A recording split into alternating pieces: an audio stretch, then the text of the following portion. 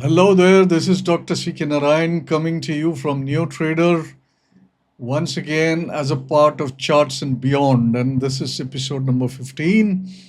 I'd done episode number 14 some 12 or 15 days ago when we were in the midst of all that tumult. So, all of us have seen whatever stuff happened with Mr. Trump's announcements और उसके बाद जो पूरे विश्व के जो stock markets थे उसमें इतने सारे उथल पुथल हो गए, right? And markets were expected to go down big time and उसके बजाय व्हाट मार्केट डिड पर्टिकुलरली अपने मार्केट में is make a complete turn around and go up. ये तो किसी ने एक्सपेक्ट ही नहीं किया था. और बट जो है सो है, right? We have to be with it. But इसमें मेन चीज़ क्या है कि मार्केट इतना झड़पी के साथ घूम गया जब वो अनाउंसमेंट आई थी. और पर्टिकुलरली तो इफ़ यू रिकॉल कि markets had all reacted by about 2-3%. तो ये 3 अप्रैल के आसपास था.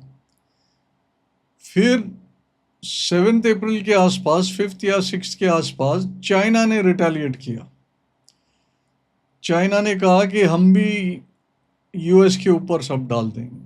तो इसमें हुआ क्या कि the markets reacted with a much bigger sense of fear. And we had on 7th April, I think, when the market opened, a very big, one of the biggest ever gaps on the downside, right? तो ये बहुत बड़ा gap आया down side में. और तब ऐसा लगा कि बस सब कुछ डूब जाएगा. और हुआ क्या? हुआ ये कि भाई वहाँ से मार्केट घूम गया. सो उस पे जाने से पहले, before going to the market, मैं एक और चीज़, पहला एक, I want to get one thing over done by the side. ये है कि मैं अक्सर आपको बोलते रहता हूँ कि if you have any query do send it in. Thank you first of all for all the comments and appreciations that you do send me. Thank you so much for them. I really do appreciate it. I am thankful कि जो काम neo trader की तरफ से हो रहा है वो आपको फ़ायदेमंद लग रहा है और आप लोग इसको अप्रिशिएट भी कर रहे हैं. Thank you so much once again for that. तो एक व्यूअर था मिस्टर मौर्य, जिन्होंने either in the last video या उसके पहले वाला वीडियो में उन्होंने पूछा था कि अगर चार्ट देखना है, इतने सारे इंडिकेटर्स और आइटम्स को देखना है, बाहर के आइटम्स को देखना है, ये सब ज़रूरी है क्या? ऐसा कुछ उसने सवाल पूछा था. Why, what is the point in looking at all this? So thank you for asking this very good question mister Maurya. And ये let me answer you in a detailed way about this. तो मैं ये सब अलग अलग चीज़ को क्यों देखता हूँ कि यूएस डॉलर को देखता हूँ, यूएस 10 ईयर यील्ड को देखता हूँ, फिर अन्य अन्य चार्ट्स को देखता हूँ. And I look at whatever is happening across in the other markets. We try to connect other things, politically cycles देखते हैं. ये सारी चीज़ मैं इसलिए देखता हूँ कि ये सारे ना, दे आर ऑल डॉट्स जिसको कनेक्ट करने से एक कॉम्पोजिट पिक्चर हमें मिलता है. और ये जो बिग पिक्चर है, and it draws for us the big picture. ये big picture is a must for us to know, क्योंकि ये हमें ये बताता है कि what is happening across the world. क्योंकि everything that happens in the market at the smallest time frame level is reflecting something from the big picture. Okay, तो जो बड़े पिक्चर है उसका एक आइडिया हमें कभी भी होना चाहिए. और ये सारे डॉट ज्वाइन करने से हमें ये बिग पिक्चर की आइडिया मिलती है. क्योंकि ये जो बिग पिक्चर है ये हमें पूरा जो मेन दिशा है ना, द मेन दौड़ है, जो ट्रेंड की जो रुझान है, वो उसके बारे में हमें एक आइडिया देती है. And when we look at charts individually, then we get an idea. When we combine the two, we get an idea ki whether we are on the right path. Okay. And once that is confirmed कि हम सही रास्ते पे हैं, जो big picture दिखा रही है, उसके बाद ही हम स्ट्रैटेजीज चला सकते हैं मार्केट में. ओके. और स्ट्रैटेजी क्यों चला रहे हैं? To take advantage of whatever is there along the pathway. अब ये pathway बदलते ही रहता है, तो जो whatever is there to take advantage of वो बदलते ही रहता है. So we must know the pathway and what will come in the way and how we can take advantage of it, and we have to create strategies for that. But for that the pathway must be known, and that is why I said ये दो चीज़ confirm करना है, हम right path में है क्या, और ये जो राइट पाथ हम समझ रहे हैं वो बिग पिक्चर से अलाइंड है क्या, ये चीज़ होना चाहिए. अब जो चार्ट्स हम देखते हैं डेली, वीकली या जो भी टाइम फ्रेम में, इंट्राडे एंड ऑल दैट, ये हमें स्ट्रैटेजी फॉर्मेशन में मदद करता है. ओके. द अदर डेटा जो है, जो मैक्रो डेटा है specially, that helps us to decide the main pathway, जैसा मैंने कहा. और चार्ट जो है, that will help us with strategy formation, which will help us to deal with the shorter term. Okay. Like अगर उदाहरण के तौर से मैं बोलूं तो 2022-23 में the main pathway was to be just long in the market. ठीक है. There was nothing else to be done. तो वो 2024 सितंबर तक वही था plan. The pathway was straight upward.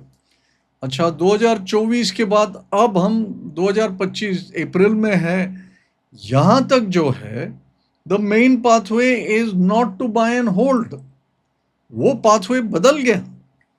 अगर वो पाथवे बदल गया तो हमें चार्ट्स की रीडिंग भी उसके अनुसार करना जरूरी है. अब हम देखेंगे कि भाई 2025 का जो पाथवे है, दैट इज टेलिंग अस, और जो चार्ट्स की रीडिंग होना चाहिए, that is mainly from a trading perspective. Right. Trading perspective is what buy and sell. Whereas जो 2022, 23, 24 का जो पर्सपेक्टिव था, that was buy and hold. उसमें भी हम बाय एंड सेल करके हमारी, if you are good at it, फिर हमारी प्रॉफिट्स को थोड़ा और इंक्रीज कर सकते हैं. तो this is what I mean as an example of how we should plan. But ये जो डॉट्स है ना, ये बदलते रहते हैं, या हम लोग इसको बदलते भी रहते हैं. Because what we give more importance to, that is the dot we will join.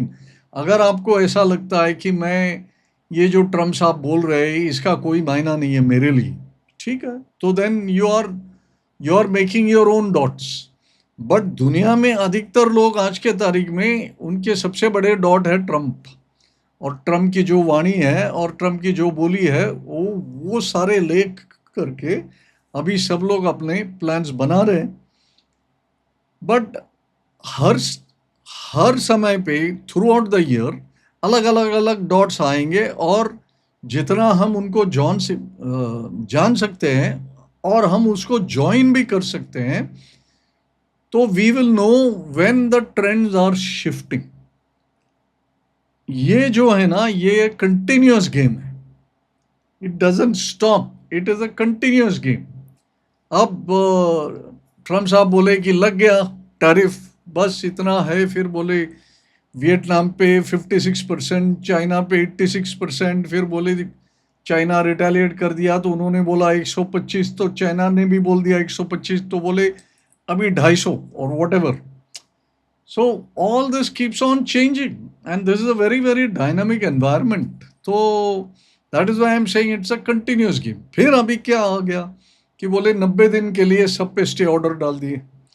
अब 90 दिन का पॉज आ गया, तो सब everything changed, and that is where our markets also change. Suddenly जो हम एकदम जिस चीज़ का डर था कि ये सारे चीज़ कोलैप्स हो जाएंगे, और 7 अप्रैल को आप देखेंगे चार्ट्स पे, आपको याद भी होगा कि the markets fell headlong with a very very very big gap, 500 point, 600 point या उससे भी अधिक. उससे भी अधिक गैप आया था और लगा कि आज ही पिट जाएगा, आज ही 20,000 आ जाएगा और things were looking so bleak. But हुआ क्या, एक ही दिन में वो सारा चीज मार्केट पी गया, और so it seems so far. And जब ये हो जाता है तो then newer dots have to be connected. क्यों?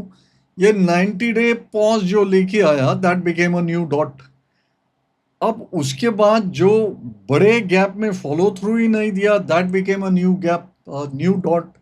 अच्छा, ये दोनों को जोड़ लिया और फिर उसके बाद फॉलो थ्रू प्राइस एक्शन आया ऊपर, that became a new dot. तो ये सारे मिला करके एक बड़े सिचुएशन, एक स्लाइटली बड़ा पिक्चर पेंट कर लिया कि शायद मार्केट अभी यहाँ पर एक बॉटम बना दिया होगा। तो फिर मैं जाता हूँ टाइम साइकिल पे, फिर उसको मिलाता हूँ चार्ट पैटर्न से, फिर सेंटिमेंट से, फिर जो भी डेरिवेटिव डेटा होगा, फिर जो एफआई के डेटा होगा। ये हर चीज़ जो है, हर चीज़ एक डॉट है और हर चीज़ को जोड़ना पड़ता है। जब उसको जोड़ेंगे तो एक बड़ा पिक्चर उभर के आएगा। और अपने जो चार्ट्स है, जो भी टाइम फ्रेम में हम काम जो भी काम कर रहे हैं, उसको इसके अंदर बिठाना पड़ता है, तो ही सक्सेस अपने को कंसिस्टेंटली मिल सकता है। So I trust you got your answer of what you had asked me last time. And so now the thing is, where are we now? So we are now going to go forward now with what has happened more in the recent times. So let's go and see what has happened. And one of the things that got completely missed, right? And that I want to show you is what we have missed totally during this period was this remarkable divergence that happened between Bank Nifty and Nifty. This is at the bottom. So जैसे मैंने बताया था, ये 7th April, this was Nifty, इसने जाग करके नया लो बना दिया। अब देखिए इतना बड़ा गैप भी बना दिया था, this was a huge wide gap. उसी समय पे अगर आप देखेंगे, ये बैंक निफ्टी की चार्ट है, यहाँ भी जबरदस्त गैप बनाया था। But look at where bank Nifty was. Bank Nifty, हमने ये बॉटम तो पकड़े थे पहले, बट बैंक निफ्टी ने ये जो राइज आया था, इनिशियल राइज, उसके सिर्फ 50% के रिट्रेसमेंट दिए। And therefore, it was very evident at that point of time that Bank Nifty is doing something completely different. And when Bank Nifty is doing something completely different, our attention should have immediately gone on that. कि the fast move which came, ये जो मैंने बनाया था slide 1-2 दिन के पहले के हैं, जब लास्ट वीक में था, the Bank Nifty was only 0.56% short of all-time new high, whereas the Nifty at that point of time was 10% below the previous high. अब तो ऐसा हो गया कि निफ्टी थोड़ा बहुत आया है ऊपर, 24,200 तक आ गया है, बट बैंक निफ्टी तो आगे चल करके नया हाई क्रॉस करके एस्टैब्लिश हो चुका है। So this is an extraordinary new feature which has happened now. अच्छा, ये अभी why is this happened and what are the new data points which have come alongside this?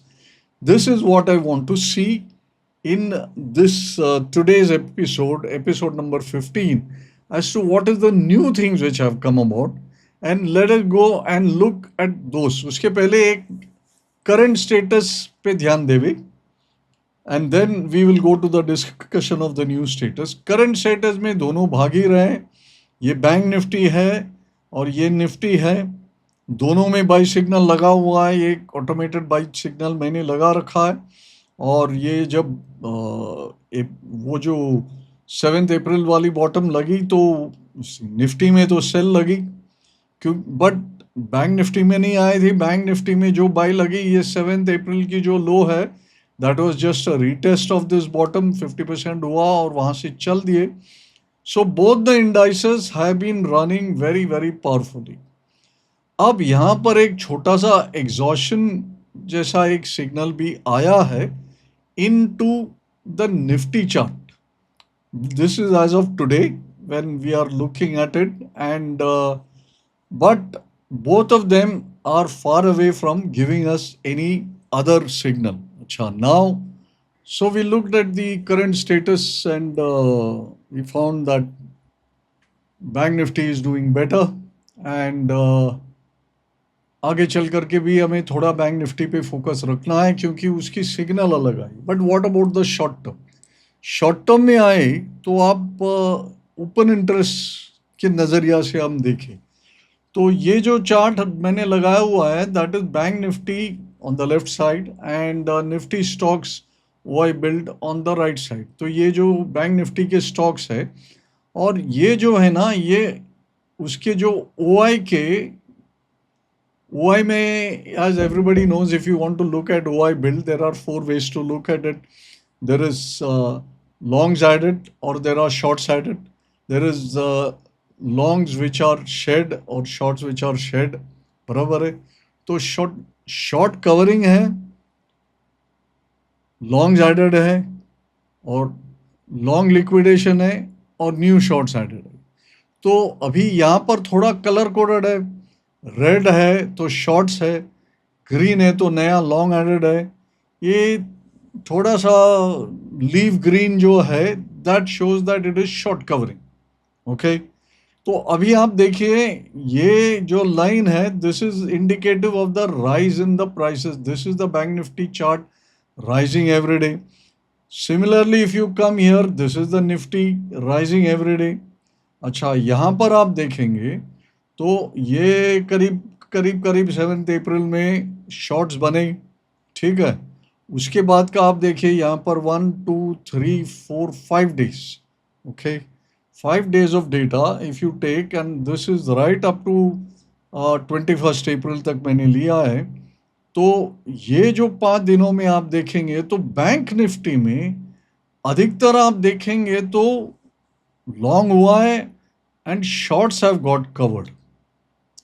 Whereas if you come to the Nifty chart on the right side, यहाँ पर long हुआ है, एक दिन का शॉर्ट कवरिंग हुआ है और लगातार लास्ट 3 दिन से यहाँ पर लॉन्ग एडिशन हुआ है. तो अभी जो बैंक निफ्टी में इतनी जोरदार तेजी आई और न्यू हाई वगैरह बना, तो that is now causing fresh long buildup to happen on the Nifty. So now Nifty will play catch up with the Bank Nifty. Bank Nifty may take a rest while Nifty will now play the catch up. So that is one of the main points that I wanted to make, the difference between what is going on in the so now the point is what, when the market came down, so we have to be watchful of the signals that the market is sending out. जब नीचे आया 7 अप्रैल को तो Nifty ने नया लो बना दिया, bank Nifty ने 50% रिट्रेसमेंट दिया. तो वहीं पे एक सिग्नल दे दिया, बोले बैंक निफ्टी पे ध्यान दो. अच्छा, वहाँ से दोनों both the things started to run up, but bank Nifty बहुत तेजी से आगे बढ़ करके ऑल टाइम न्यू हाई पे आ गया. Right, so when bank Nifty came to all time new high, that is something quite unexpected which happened. Right, people had not bargained for it at all. So when that happened, you should be ready for more things to happen. Now the critical thing here is banks have more than 30-32% weightage in the Nifty. तो bank Nifty short covering करते करते आ गया. तो इसमें short covering मैं क्यों बोल रहा हूँ, क्योंकि आप सारे ये बैंक्स के स्टॉक्स अगर आप देखेंगे तो बैंक निफ्टी स्टॉक्स में जो प्राइवेट सेक्टर बैंक्स है वहाँ पर अधिकतर आपको दिखेगा कि भाई shorts have got actually covered and they are the ones we drive up the bank Nifty the most. अभी उनमें लॉन्ग बिल्डअप होगा, but then all those prices have gone up. How did they go up? तो इसका एक ही मतलब बनता है कि जो HDFC, ICICI bank, axis bank, state bank वगैरह जो बिग वेटेज स्टॉक्स है जो जिसके कारण बैंक निफ्टी ऊपर गई है, वहाँ पर हो सकता है कि कैश में बाइंग हुई हो और अभी तक फ्यूचर में बाइंग उसमें इतना आया नहीं है, सिर्फ शॉर्ट कवरिंग दिखाई दे रहा है. तो आगे चल करके क्या हो क्या सकता है कि मार्केट को एक बार या तो वहीं पे होल्ड करे या थोड़ा सा रिएक्शन कराए और नए पोजीशन फ्यूचर में बिल्ड हो जाए in all the private banking stocks. PSU banking stocks have already seen, क्योंकि PSU banking stocks were a little bit down. तो वहां पर तो लॉन्ग बिल्डअप फ्यूचर में दिख ही रहा है, right. So all these were the signals coming out of the banking space alone. और बैंकिंग स्पेस में क्यों मैं इतना स्ट्रेस लगा रहा हूं, क्योंकि वो आगे चल रहा है निफ्टी के मुकाबले. अब जो अपन ने देखे इधर कि भाई निफ्टी में भी लॉन्ग पोजीशन बिल्ड हो रहा है, तो निफ्टी के स्टॉक्स में बाइंग हो रहा है, निफ्टी के स्टॉक्स में कैश में भी बाइंग हो रहा है और फ्यूचर्स में भी बाइंग हो रहा है. So now that will help us. तो अन्य सेक्टर्स का क्या, तो ये आप चार्ट देखेंगे, this is this buildup across many many sectors, ये बहुत सारे सेक्टर्स है. अभी आप देखेंगे कि मैंने ये 7 अप्रैल से लिया है, तो ये ऑटो अभी भी थोड़ा सा that it was slightly bearish, but by and large on 17th April and on 21st April almost all of them are building fresh long positions, right.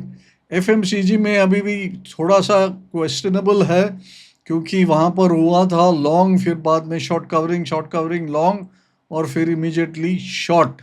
मतलब this is not a convincing trend. तो FMCG sector और उनके stock से थोड़ा सावधान रहना है. This is based on future OI buildup. ठीक है, फ्यूचर OI में सेंटिमेंट का बहुत अच्छी तरह से पता चलता है, क्योंकि कैश में, इक्विटी में institutional buying happens because of valuation. That is not directly translating into a bullish bearish trading sentiment. So all these data points show different sentiment makeup. So अपने को सारे डेटा इसलिए देखना है कि किस टाइप का डेटा पॉइंट अपने लिए महत्व रखता है. We are talking about the shorter term, so we are looking at it from a shorter term perspective, जहां पर ट्रेडिंग का महीना ज्यादा है. So we must be aware of where the pointers are for trading. तो ये this is for the sector, and in the sectors now I am finding that almost across the board, barring one or two places, everywhere fresh longs are getting built. So this is in line with what we saw for the Nifty, because see Bank Nifty is a single sector और वहाँ पे कुल मिला के 12 stocks ही है.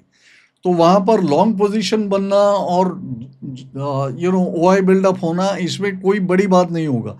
But Nifty is 50 stocks made up of multiple sectors and multiple stocks. So there the action will happen slowly and over a period of time. और हमने देखा कि निफ्टी में बिल्डअप हो रहा है. अब हम देखें कि भाई निफ्टी के जितने सेक्टर्स है वहाँ पे भी बिल्डअप शुरू हुआ है. तो this is what is happening over there, and that is a good thing which is happening, which is telling us that possibly this rally which lots of people missed because they couldn't believe what is happening, this rally has potential to continue. तो ये stage पे आ करके हमें थोड़ा सा big picture का एक view लेना चाहिए. अच्छा, बिग पिक्चर लेने के लिए I always like to use the Ichimoku setup.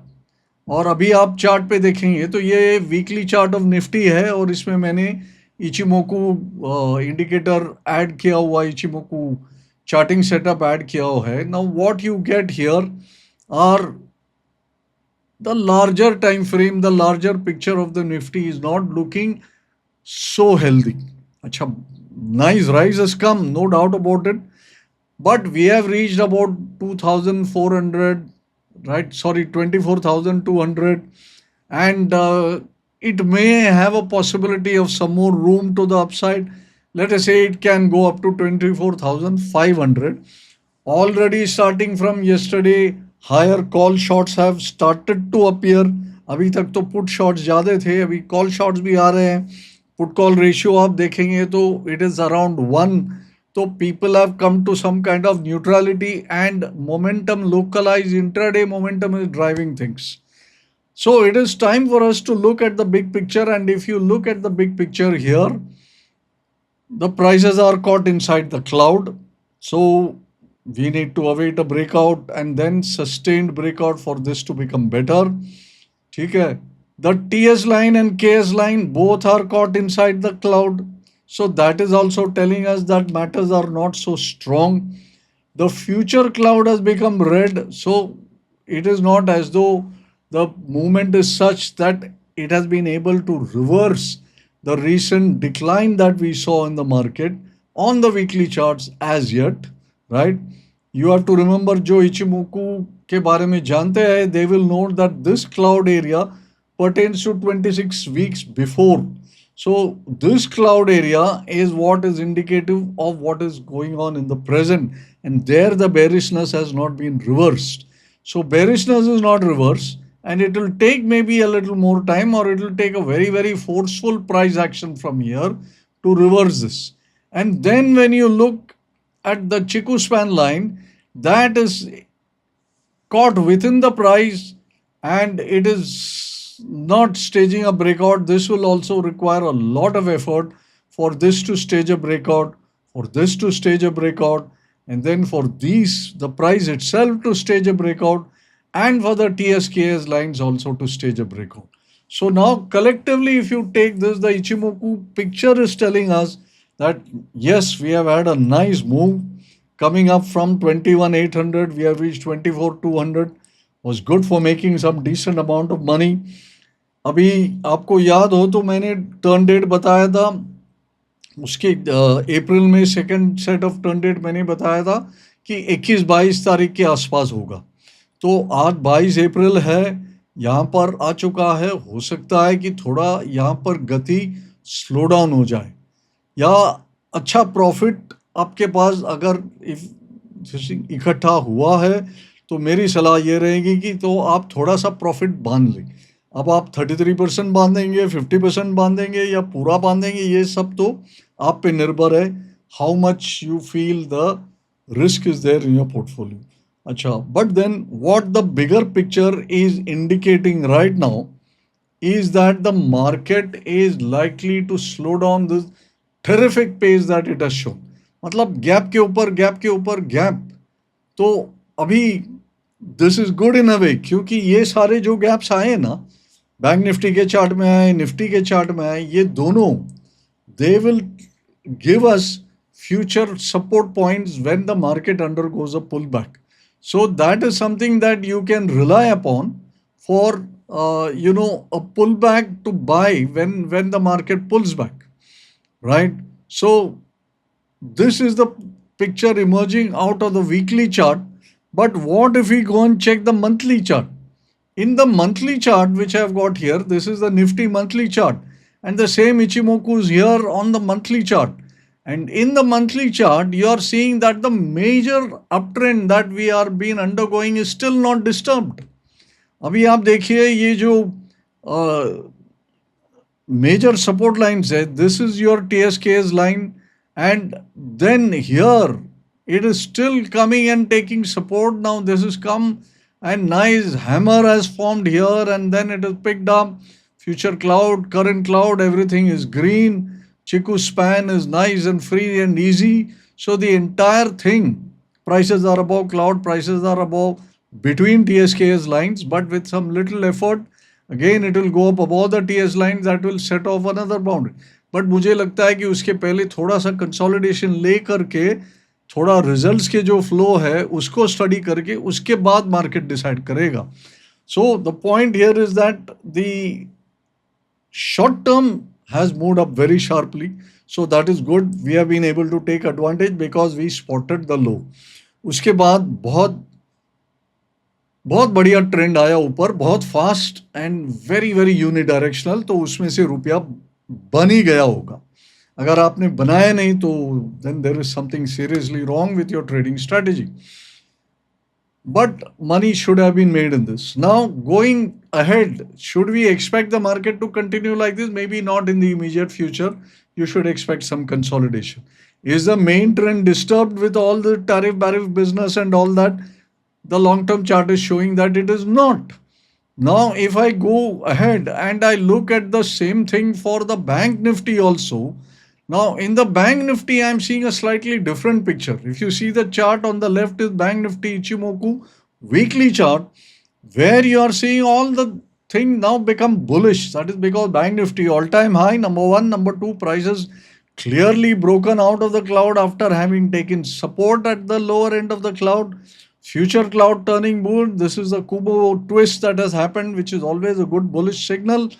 Now TSKS, both lines are moving out of the cloud, which is again bullish signal, and CS line is also free of all the inhibitions that it was under. So Bank Nifty in the weekly chart has also broken out and it is free.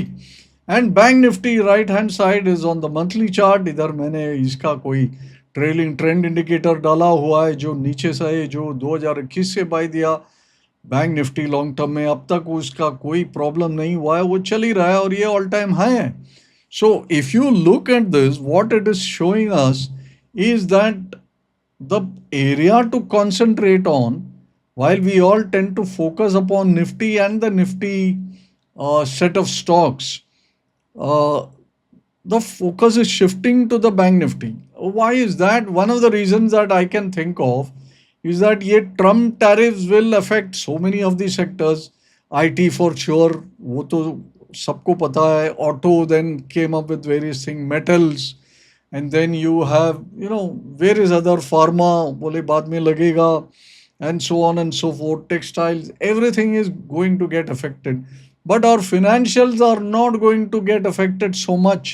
And that is why I think the FI buying which came in, वो बड़े पैमाने पे financial sector में that buying has gone in there, and that has happened on the cash side and is now catching up on the future side also.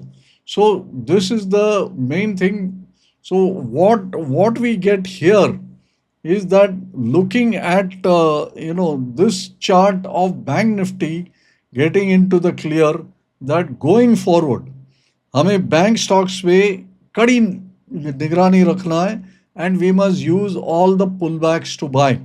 अच्छा, HDFC bank की result ठीक ठाक आए, ICICI बैंक के भी ठीक ठाक रिजल्ट आए, स्टेट बैंक का राह देख रहे हैं. अभी उम्मीद रहेगा कि भाई बाकी अन्य बैंक PSU बैंक हो या प्राइवेट बैंक हो, सारे के रिजल्ट्स कैसे आ रहे हैं.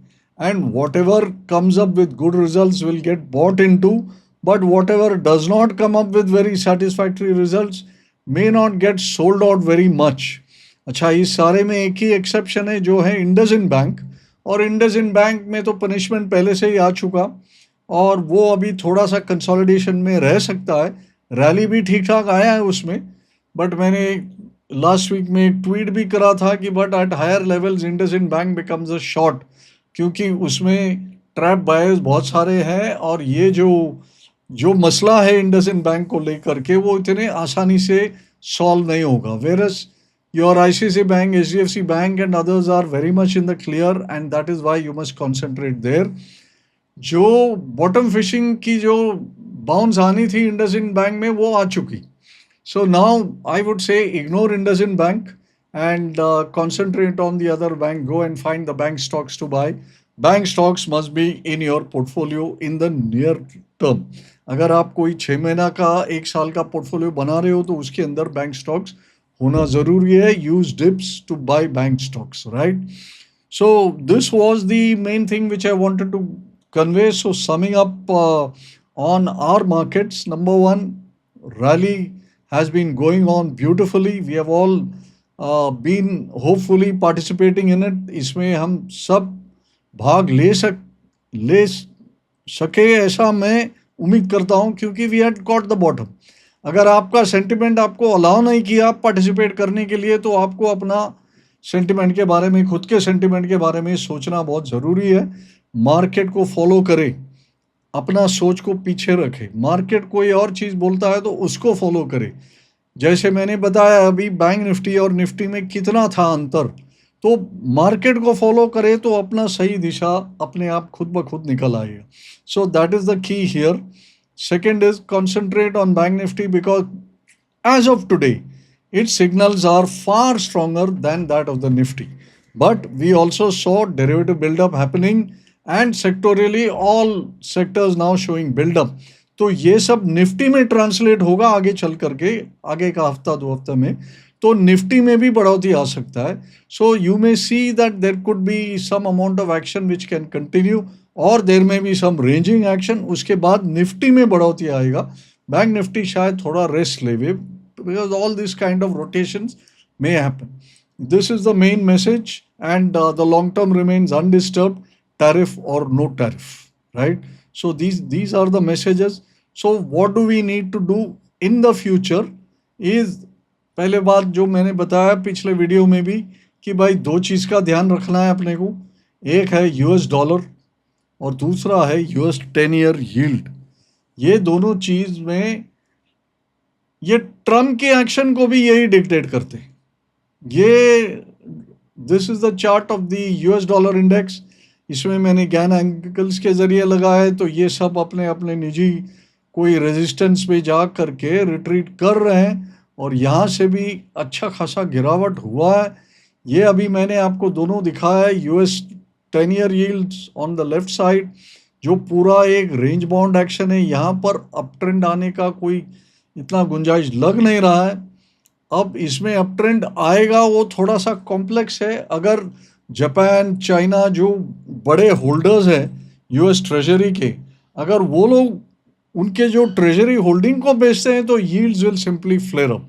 अगर यील्ड फ्लेयर अप होता है तो फिर ट्रम्प के जो प्लान्स है about this tariffs and what other things he is planning, that will go a little topsy turvy and whole thing will again become a mess. अच्छा, ये जो डॉलर की गिरावट हो रही है, right side is the chart of the dollar index. Dollar index is having a very sharp fall now, fall in the index with the yield also falling. Now this will set up a kind of a positive scenario for Indian and emerging market economies, right? So that is also something to look forward to. Suddenly Trump आ करके सारे dynamics को थोड़े change कर दिए। सो यहाँ पर global जो भी पैरामीटर्स है, we have to keep track of those also, and most important among those are the US 10 year bond prices और द बॉन्ड रेट, दोनों में से कोई भी देख लीजिए, बट दोनों चार्ट देखेंगे तो अच्छा है। और ये जो DXY है, द डॉलर इंडेक्स, और इसके जो रैमिफिकेशंस है अन्य करेंसीज के चार्ट अगर आप देख सकते हैं तो वो भी देखना चाहिए, specially the Japanese yen versus the dollar. So because the carry trade जो बोलते हैं, तो carry trade emerges out of Japan, ठीक है। तो कैरी ट्रेड के कारण बहुत सारे अन्य डायनामिक्स भी आ जाते हैं मार्केट में। सो अभी समय आ गया है कि सिर्फ अपना चार्ट नहीं देखे, ये सारे मैक्रो इंडिकेटर्स भी देखे, क्योंकि अब एक जो चीज़ हुआ है वहाँ पर जो न्यूबी है और जो प्रोफेशनल है, आज इतने बड़े रिसर्च हुआ है दुनिया में कि जो नए खिलाड़ी है और जो एक्सपीरियंस खिलाड़ी है दोनों एक ही लेवल पे है आज, क्योंकि everything whatever is happening anew, right? So nobody knows with clarity और with certainty what is going to happen. तो all of us are looking at the same data, we'll all come up with different conclusions। वहाँ पर charts अपना मदद कर लेंगे और मैं भी कोशिश करूँगा जहाँ तक मेरी समझ है चार्ट्स के अनुसार आपको भी गाइड करते रहूँगा।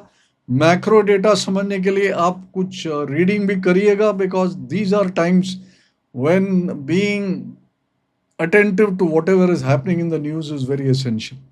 So with that, I will leave you for this week. Thank you for tuning in and staying with me until the end of this video.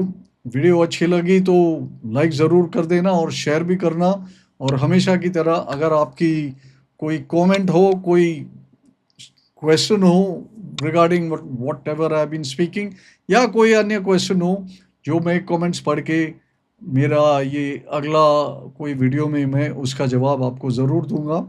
Thank you once again for all the appreciations you are showing us. Until I see you next time, this is Dr. Narayan signing off from Charts and Beyond.